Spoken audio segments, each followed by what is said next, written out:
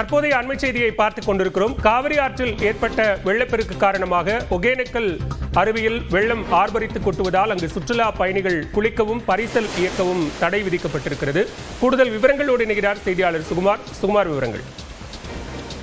பாலா, ஒகேனக்கலில் வெள்ளப்பெருக்கு ஏற்பட்டுள்ளதால் மீண்டும் அதாவது இரண்டாவது முறையாக இந்த மாதத்தில் சுற்றுலா பயணிகளுக்கு குளிக்கவும் பரிசல் இயக்கவும் மாவட்ட நிர்வாகம் தடை விதிக்கப்பட்டுள்ளது.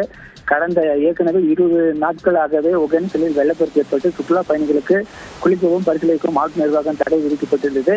கடந்த 4 நாட்களாகத்தான் குளிக்கவும் பரிசல் பயணம் மேற்கொள்ளவும் மாவட்ட நிர்வாகம் தடையை விலக்கி சுற்றுலா பயணிகள் கடந்த 4 நாட்களாக ஒகேனக்கல் வந்த நிலையில் மீண்டும் காவிரி நீர்பிடிப்பு பகுதிகளில் பெய்து வரும் கனமழையின் காரணமாக கர்நாடகாவில் உள்ள கிருஷ்ணராஜ சாகர் மற்றும் கபினி அணைகளிலிருந்து தண்ணீர் அதிக அளவு திறக்கப்பட்டுள்ளது.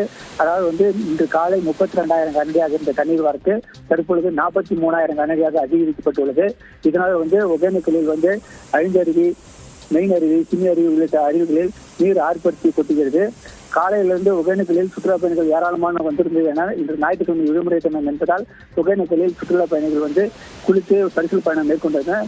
தண்ணீர் வரத்து திடீரென அதிகரிக்கப்பட்டுள்ளதால் மாவட்ட நிர்வாகம் சுற்றுலா பயணிகளின் பாதுகாப்பு கருத்தில் கொண்டு குளிக்கவும் பரிசல் இயக்கவும் தடை விதிக்கப்பட்டுள்ளது.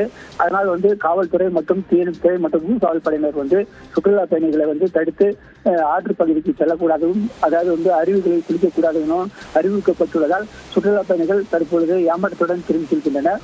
இந்த தண்ணீர் வரத்து மேலும் அதிகரிக்கக்கூடும். ஏனென்றால் காவிரி நீர்பிடிப்பகுதிகளில் பெய்து வரும் கனமழையின் காரணமாக கர்நாடகாவில் உள்ள அணைகளிலிருந்து அதிக அளவு தண்ணீர் திறக்க ஏற்படும். அதனால் மீண்டும் ஒகேனக்கலில் வெள்ளப்பெருக்கு ஏற்படும். பாலா, விவரங்களுக்கு நன்றி சுகுமார்.